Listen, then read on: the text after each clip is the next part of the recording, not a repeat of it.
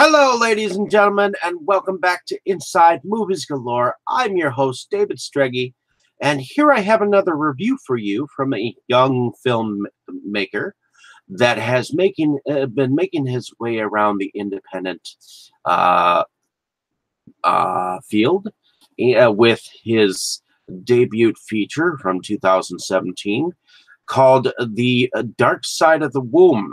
And this director, it goes by the name of Sam Salerno. Sam, I believe, started uh, selling his film on Kunakai and Amazon, and I believe when I saw it in a group, I bought it, and then I tracked down the director, and we eventually became friends, which may make me a little biased, but in any case, the name of the film that is his first film is called The Dark Side of the Womb.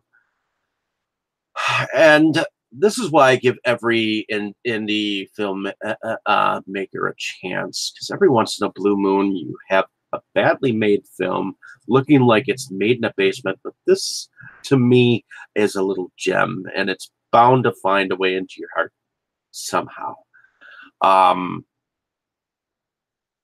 So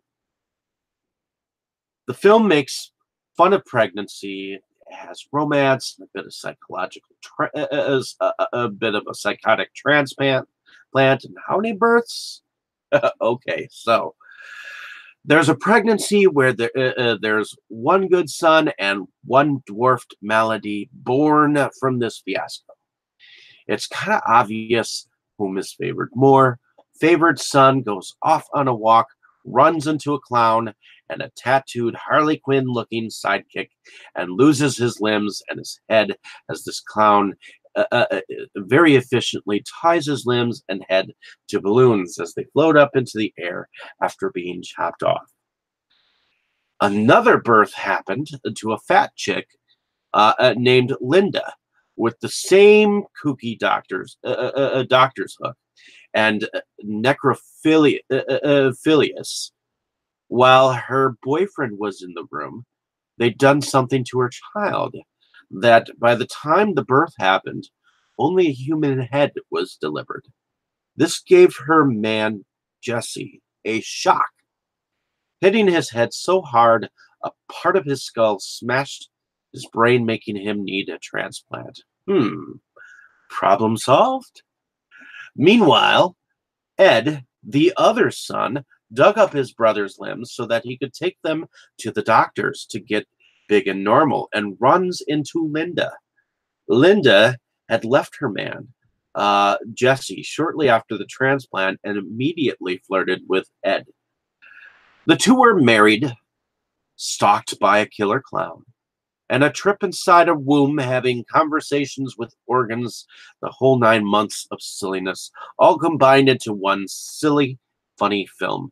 Had me laughing at certain parts, with even a play at religion that I don't mind, and you won't soon forget. At first, I wasn't keen on the actor playing Ed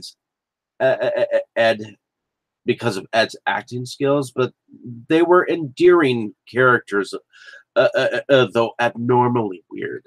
I have to say, I don't know what I like about this film the best, except that it was enjoyably entertaining and weird.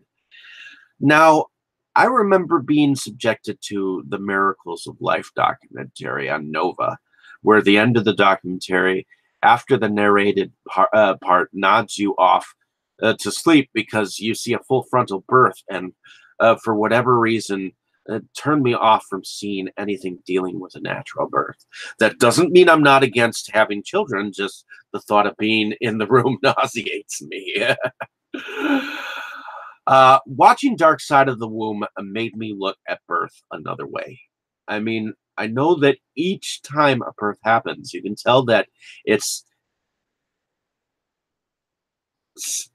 uncertain when they go inside the womb. And in the beginning, you can tell the babies come out or coming out are fake, but you have to give a little uh, over to the imagination on this film.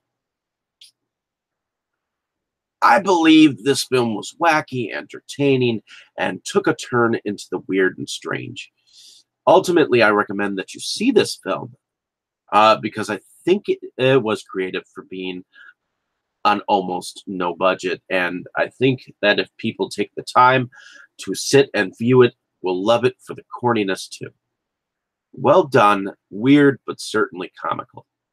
The film stars Wee Matt as Ed Wayne, a kid murder victim, Faye Little as Linda Cooper, Josh Connor as Jesse Ray and Booger the Clown, Art Roberts as Dr. Necrophilius, uh, Finley Apollonice as the Heart, Aaron Bergeon as the Brain, Stephen McAlpin as the Priest, Dean Milos as Justin Wind, Mickey Furch as Mrs. Wind, Every Hart as Julie the Clown Girl, Sam Salerno as Dr. Hook and the Appendix, Sanja Inge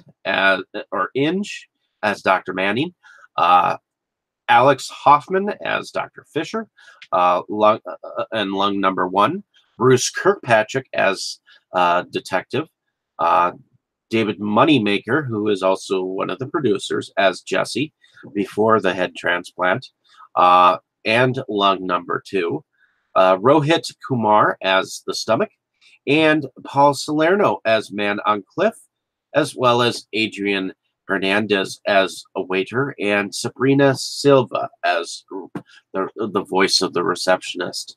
Now, I just wanted to show you a picture, what the DVD looks like.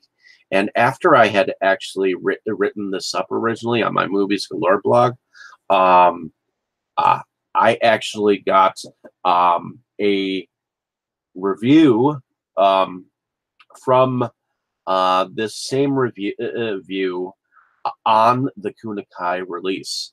So weird, but certainly comical. I recommend that you see this film, David Strege of Inside Movies Galore. So I was definitely ecstatic because this was my first review on the back of a DVD. And that is one thing that I was very ecstatic about. But another thing that I'm very excited about is that it is also streaming on streamlit.com. So this is my Streamlit review for the week. So definitely check it out, stream it, and make sure you take the code to get your subscription. In any case, hopefully you enjoy my description of this film. Another thing is that you can actually pick this film up from a film company in Finland called Trosling Studios. You can find them on Facebook, and you can contact Trosling Studios for a copy of this film. It is on its way to me as we speak. And I had hoped to have it by the time I put this review out, but I did not, and I just wanted to get this review out there. So thank you for listening. Have a great day, evening, or morning, wherever you are. It'll definitely have some cool reviews coming out. Check out some of my other cool reviews.